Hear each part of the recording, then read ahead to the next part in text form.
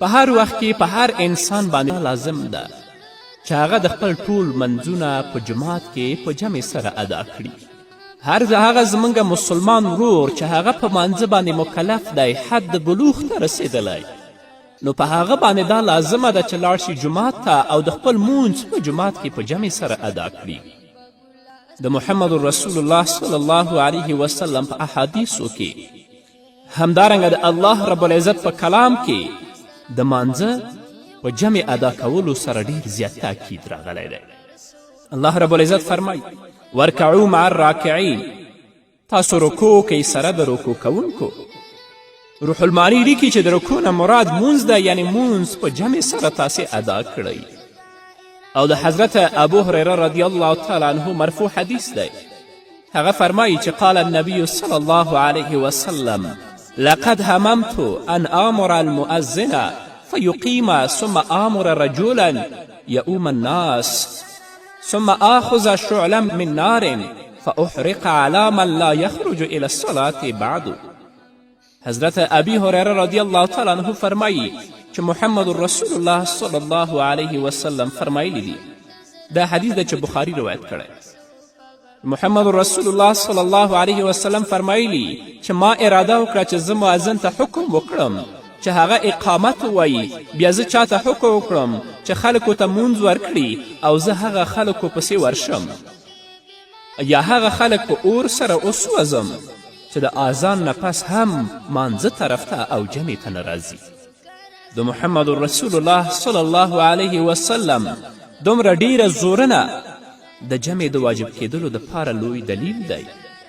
بیا چې ولې محمد رسول الله صلی الله علیه وسلم هغه کسانو ته چې جمع ته حاضر نشوه هغو ته سزا ورنکړه او د خپله اراده عملي نکړه، د دې جواب د حضرت ابو هریره رضی الله تعالی عنه په دویم حدیث کې معلومیږي موږ ته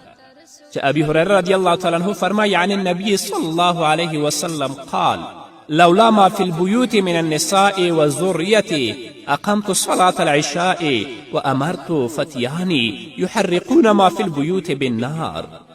محمد رسول الله صلی الله علیه وسلم ارشاد دی که چیرې په کورونو کې ښځې او ماشومان نه وای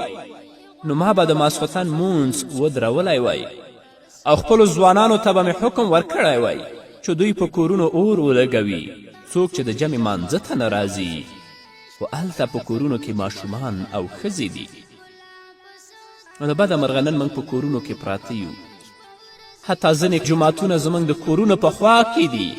هلته مؤذن د الله اکبر د حی علی الصلاة او د حی علی الفلاح نارې پورته کوي، خو بیا هم موږ په کورونو کې پراته یو، یا د سره مونځ نه کوو او یا که کوو په کور کې کوو جمع ته نه ورځو. محمد رسول الله صلی الله علیه وسلم سخت مریض و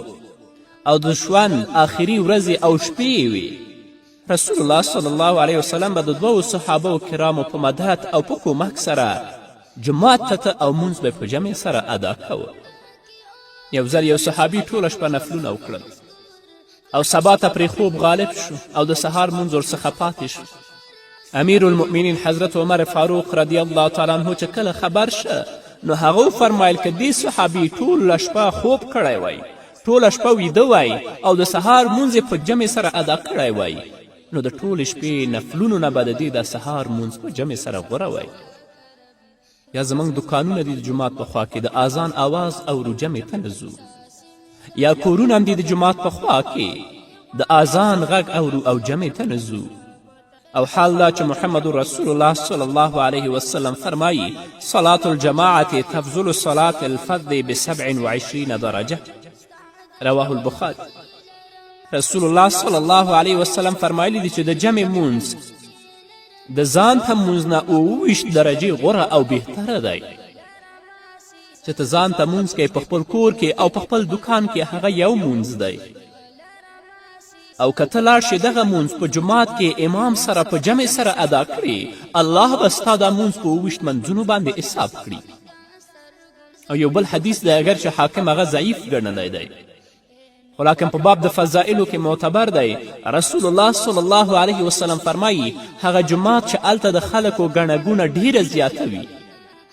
هلته چې تاسو یو مونځ کوئ ستاسو یو مونځ الله په 500 منځونو باندې حسابوي. نو ته دوکاندار رور د 1 روپۍ او 10 روپیو ګټو دپاره کیدای شي ډېر لوی لوی سفرونه وکړي چې هغه د ستا دنیا پورې اړه لري او هغه مونځ چې ستا آخرت پورې اړه لري ستا دین پورې اړه لري الله رب العزت په هغه باندې تا د بدبختیو د مصیبتو د فحشاو منکراتو نه ساتي هغې ګټې نه ځان ساتي نه ځي چې مونځ په جمع باندې ادا کړي چې الله د یو مونځ په 20 یا په 1500 منځونو باندې حساب کړي یو صحابي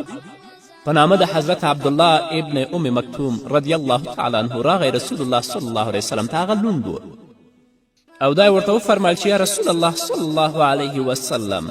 لیس لی قائد یقودنی الی المسجد ما لپاره خو کوم قائدم نشته دی یعنی زه څوک داسې نه لرم چې هغه ما جومات ته بوځي فسأل رسول الله صلی الله علیه وسلم ان یرخص له د رسول الله نه سوال وکړه که هغه ما ته رخصت راکړي چې زه خپل مونځ په کور کې وکړم فرخص له رسول الله صلی الله علیه وسلم رخصت ورکړه چې ځه مونځ دې په خپل کور کې کوه فلما والله دعاه فقال هل تسمع نداء بالصلاة قال نعم قال فجب رسول الله رخصت ورکړه چې زه خپل مونځ په کور کې وکړه و چې کله یې مخ واړوه د جومات دروازې ته ورسېده رسول الله صلی الله علیه وسلم ورته وویل هغه څوک چې آذان کوي هل تسمع نداء بالصلاة آیا ته اورې هغه آواز چې تاسې بلي مانځه طرف ته هغه ویلې هو زه اورم نو رسول الله ورته ویلې ته د هغه اجابت وکړه راشه د خپل مونځ په جمع سره په جومات کې وکړه او یو بل روایت دی چې رسول الله صلی الله علیه وسلم ورته فرمایي چې د خپل کور نه به رسۍ تړې تر جوماته پورې هغه به نیسې او جمع ته به راځې نن ورځ موږ د غفلت په خوبونو کې پراته یو د الله ویره زموږ د زړونو نه وتلې قبر زموږ ویر دی قیامت جنت او دوزخ نه غافله یو ټول عمر په غفلت کې تیر شه کله هم موږ د مانځه او د جمع د مانځه اهتمام ونه کړ او حال دا چې هغه مونځ په جمع سره په جومات کې ادا کیږي هغه د مسلمانانو ترمنځ اتفاق اتحاد همدردي او یووالی پیدا کوي همدارنګه 5 وخته د خپلو مسلمانانو ورونو د حال او احوال څخه خبریږي او همدارنګه هغه مونځ چې جومات کې په جمع سره ادا شي هغه کسان چې مونځ نه کوي هغو سره د مانځه شوق پیدا کیږي او بل دا چې د جمع په مانځه کې غریب مالدار پاچا ګدا یتیم وږی موړ خان او فقیر ټول په یو صف کې د الله مخې ته ودرېږي او د دې ټولو ودرېدل په یو صف کې الله مخې ته د دې ښکارندوی دی چې الله د ټول بندگان برابر دي الله رب العزت دې موږ ته توفیق راکړي چې خپله منځونه په جمع سره په جومات کې ادا کړو تر څو چې الله رب العزت زموږ یو مونځ په 20 منځونو باندې برابر کړي